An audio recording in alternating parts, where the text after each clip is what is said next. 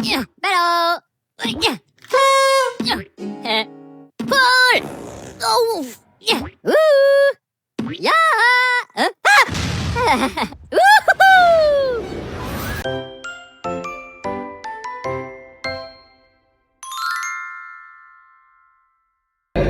Assalamualaikum warahmatullahi wabarakatuh. Waalaikumsalam warahmatullahi wabarakatuh. Selamat pagi dan salam sejahtera bagi kita semua. Yang kami hormati Bapak Arif Hamid Sulaiman, selaku dosen pengamat mata kuliah Fakultas Ilmu Kesehatan, serta teman-teman yang saya banggakan.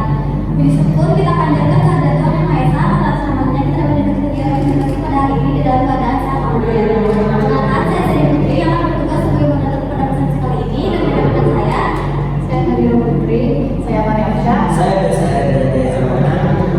Kemudian ada penyusunan acara pada kesempatan ini ada pembukaan, penyampaian materi pokok, tanya jawab dan juga penutup. Tanpa berlama-lama, langsung saja pada pertanyaan pertama yang akan disampaikan oleh saya. Yang pertama, satu sehat atau satu data kesehatan merupakan sebuah sistem yang dikembangkan oleh Kementerian Kesehatan yang mengintegrasikan data kesehatan individu secara nasional, semua rekam medis, riwayat imunisasi, bimbingan kesehatan, hingga informasi terkait penyakit menular. Satu sehat tujuan agar data kesehatan dapat terhubung antara pelayanan kesehatan sehingga informasi kesehatan dapat digunakan secara lebih terintegrasi, aman, dan berkesinambungan.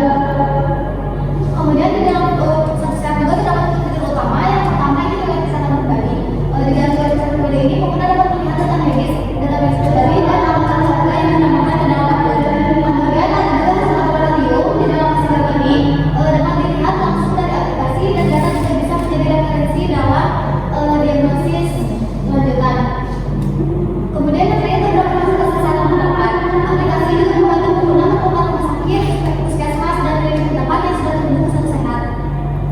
Dan kemudian ada 10 prinsip heuristik usability yang telah ada satu sistem, penggunaan bahasa sistem atau pengguna standar dan konsistensi, pencegahan error, pengenalan dan beringas, fleksibilitas dan efisiensi, desain estetis dan minimalis, bantu desain pulih dan bantuan dan komunikasi.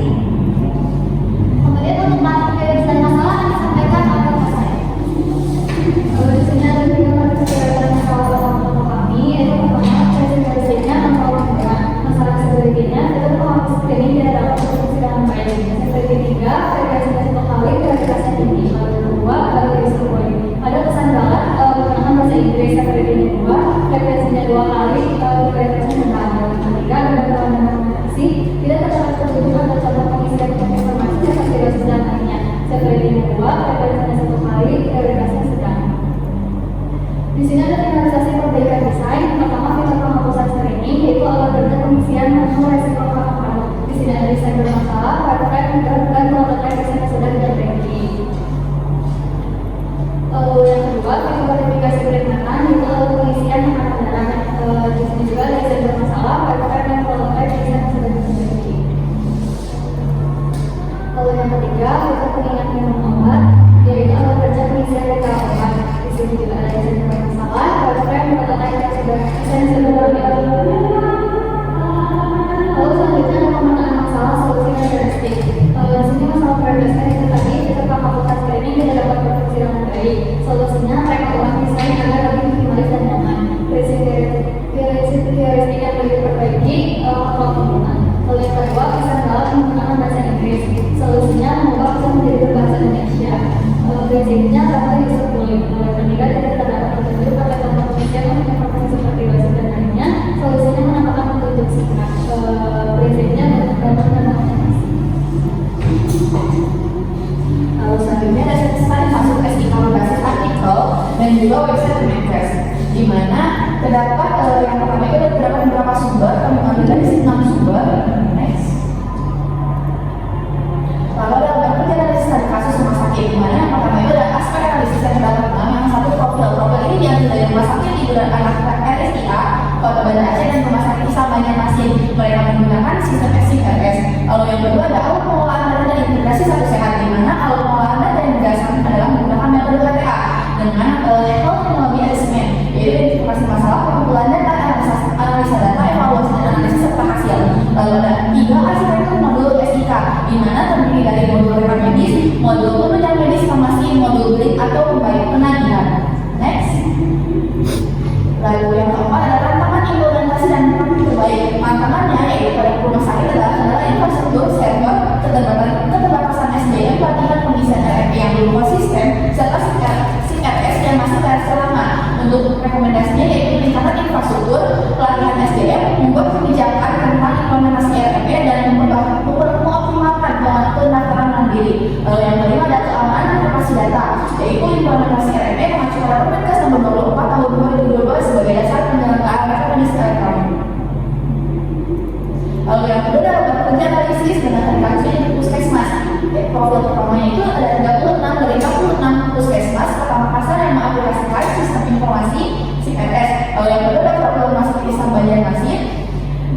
menggunakan RMP yang sudah dirancang sejak 2018. Nah, untuk awal pengelolaan data dari integrasi kesehatan itu yaitu awalnya menjelaskan dimulai pada puskesmas untuk aplikasi Sisrute, di mana rumah sakit tujuan yang tersedia memasukkan memilih rumah sakit tujuan, lalu memasukkan data pasien untuk dirujuk. Lalu yang ketiga adalah arsitektur modul SIK.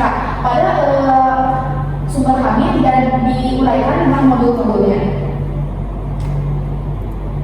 Lalu yang keempat tentang implementasi dan perbaikan ini yaitu koneksi internet yang tidak stabil, keterlambatan respon rumah sakit, serta informasi ketersediaan ruang rawat yang terkadang tidak valid. Untuk rekomendasinya yaitu peningkatan jaringan untuk memudahkan dalam komunikasi, pemberian sosialisasi dan pelatihan penggunaan sistem kepada tenaga kesehatan. Lalu untuk keamanan privasi data yaitu dasar regulasi yang sebenarnya adalah keseluruhan Dirjen Pelayanan Kesehatan tentang permohonan penggunaan Sisrute kepada seluruh dinkes kabupaten kota atau provinsi. Lalu yang selanjutnya adalah temuan rumah sakit, di mana temuan rumah sakit yang ditemukan dari 6 sumber tersebut adalah satu, implementasi RMP belum optimal karena masih terdapat kendala teknis, keterbatasan infrastruktur dan SDM. Rekomendasi perbaikan yang diusulkan yaitu mengoptimalkan implementasi RMP melalui peningkatan infrastruktur, TI pada SDM serta evaluasi berkala penggunaan TA. Lalu yang kedua, sistemasi melakukan peningkatan pelatihan bagi tenaga kesehatan. Rekomendasi yang diusulkan adalah menyelenggarakan pelatihan dan pendampingan secara berkala bagi tenaga kesehatan untuk meningkatkan kompetensi penggunaan RMP. Lalu yang ketiga, penggunaan CPNS yang masih versi lama. Nah, melakukan pemahaman pengembangan CPNS dan mewajibkan setiap pasien untuk menggunakan CPNS dalam versi terbaru. Lalu ada juga temuan puskesmas, di mana yang pertama adalah penggunaan sistem Sisrute terkadang yang disebabkan koneksi internet yang tidak stabil. Rekomendasinya yaitu meningkatkan kualitas dan kestabilan jaringan internet di fasilitas kesehatan agar proses bukan melalui Sisrute dapat tidak terkendala. Lalu yang kedua, perlambatan respon rumah sakit terhadap rujukan, yaitu solusinya sistem dapat menetapkan batas waktu respon untuk setiap permintaan rujukan. Lalu yang ketiga, informasi ketersediaan ruang rawat yang terjadi tidak valid, melakukan pembahasan informasi ketersediaan ruang rawat secara geometrik dan terotomatisasi. Yang keempat, minimnya pengetahuan tentang penggunaan sistem Sisrute. Solusinya itu memberikan sosialisasi tentang penggunaan Sisrute kepada seluruh tenaga kesehatan serta melakukan pelatihan dan pendampingan. Kalau yang selanjutnya akan dijelaskan oleh Mas Ari.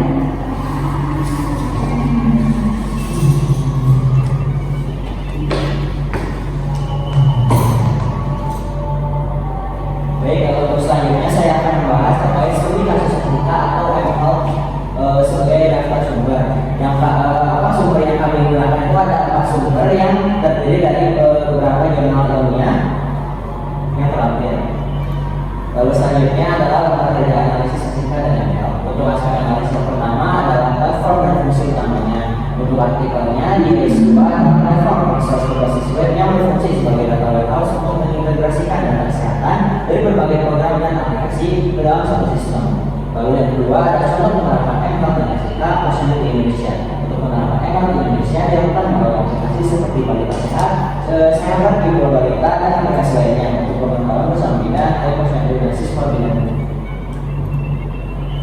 Lalu selanjutnya untuk lembaga kerja eksplorasi dashboard yang telah menggambarnya dashboard menyediakan berbagai dashboard. Salah satunya adalah dashboard IMC, yaitu dashboard yang berfungsi menyajikan gambaran menyeluruh aktivitas pelayanan kesehatan di Monmil melalui 5 panel visualisasi yang berupa grafik, data, dan tabel. Selanjutnya adalah tampilan data entry. Untuk halaman ini menjadi pintu masuk bagi pengguna dan akses admin untuk merancang dashboard kesehatan secara mandiri yang memiliki indikator apa yang ingin ditampilkan, belum melakukan visualisasi hingga menyusun narasi. Lalu yang ketiga adalah data visualizer. Halaman modul data visualizer yaitu fitur DSUI yang digunakan untuk membangun dan menganalisis visualisasi data kesehatan secara interaktif dengan berbagai grafik. Salah satunya adalah grafik lain seperti yang tak terdapat dalam gambar. Selanjutnya adalah lembaga analisis berdasarkan konsep big data. Kalau untuk dimensinya ada 5. Yang pertama ada volume, integrasi mencakup 1.241 data kesehatan dari 6 dinas kesehatan. Lalu yang kedua adalah velocity, yaitu data tingkat pusat dan integrasi secara otomatis via web API ke DIS2. Lalu yang ketiga adalah variety, yaitu data berasal dari berbagai sumber dan format seperti spreadsheet Excel, aplikasi berbasis web, dan lainnya. Lalu yang keempat adalah veracity, yaitu dikenakannya duplikasi data sebesar 147 dari 1.261 elemen data. data, baik duplikasi data formulir yang berbeda maupun akibat perbedaan periode. Yang terakhir adalah value, yaitu dashboard menghasilkan dashboard verifikasi yang mengambil keputusan dan advokasi kebijakan kesehatan. Selanjutnya adalah aspek analisis data. Yang pertama, sumber data dan teknologi yang digunakan. Semuanya pemanfaatan data berasal dari berbagai sumber seperti data rekam medis elektronik, handheld, dan IoT dan basis data digital yang sudah diperoleh. Yang kedua adalah manfaat potensial, pemanfaatan dari pengambilan keputusan klinis. Itu big data membantu proses pengambilan keputusan menjadi lebih cepat, bahkan berdasar penyusunan kebijakan dan evaluasi program kesehatan. Terakhir, isu etika, privasi dan keamanan data yang relevan, yaitu pemanfaatan big data harus memperhatikan keamanan dan kerahasiaan data pasien. Oke, definisinya dari saya. Selanjutnya saya kembalikan kepada moderator. Baik, demikianlah pemaparan materi dari kelompok kami. Selanjutnya kita akan sesi tanya jawab. Bagi teman-teman yang ingin mengajukan pertanyaan, silakan untuk masuk ke tengah. Perkenalkan, nama saya Elvira dari kelompok 5 izin bertanya. Kelompok kami itu mengapa saat ada fitur fokus screening menjadi prioritas tinggi, padahal frekuensinya hanya ditemukan 1 kali. Mungkin sekian. Dari Izin memperkenalkan diri, nama saya Naila Zahira. Izin bertanya, mengapa fitur pengingat minum obat perlu ditambahkan petunjuk atau contoh pengisian? Terima kasih. Baik, untuk pertanyaan pertama akan dijawab oleh saya Lisa. Baik, di sini saya akan menjawab pertanyaan dari Alivia terkait mengapa fitur penghapusan screening dinilai menjadi prioritas yang tinggi.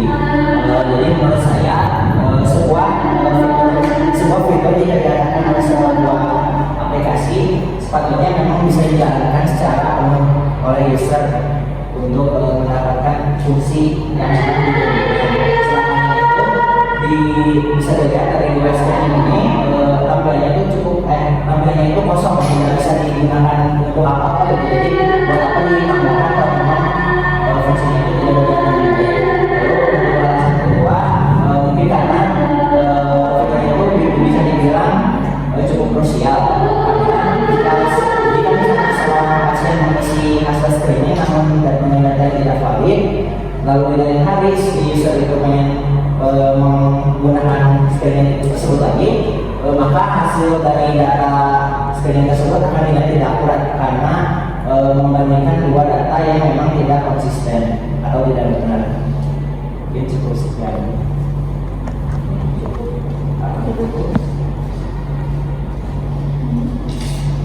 Baik, untuk pertanyaan kedua itu dari Naila Zahira. Pertanyaannya, mengapa kita perlu minum obat ditambahkan petunjuk?